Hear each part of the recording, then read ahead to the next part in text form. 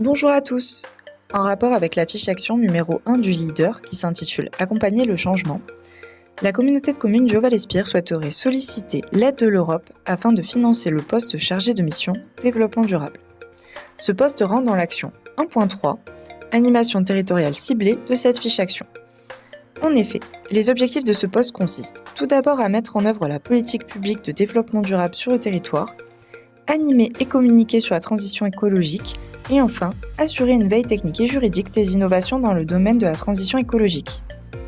Afin de valider ces différents objectifs, plusieurs actions ont été menées depuis la prise de poste de l'agent le 4 septembre 2023. En premier lieu, il y a eu l'étude du bilan mi-parcours du plan climat air énergie territorial, aussi appelé PCAET, qui a permis de faire un point sur les projets démarrés et ceux qu'il faudrait mettre en place pour la suite du programme d'action. La collectivité s'est emportée volontaire pour effectuer le suivi du PCAET 2019-2025 sur son territoire et il était nécessaire d'organiser, piloter et évaluer ce dernier.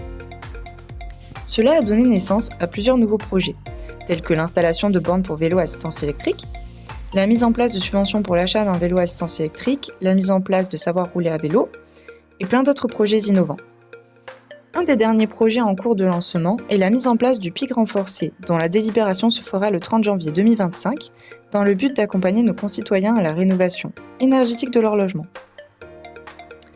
De plus, l'année 2024 a été riche en termes d'animation, comme par exemple les animations sur le tri des déchets, qui ont été faites à l'Éco-Festival et également à Énergie en Fête à Pras de Moyo. Et il y a aussi eu la création de la journée des mobilités vertes, qui sera renouvelée encore cette année 2025.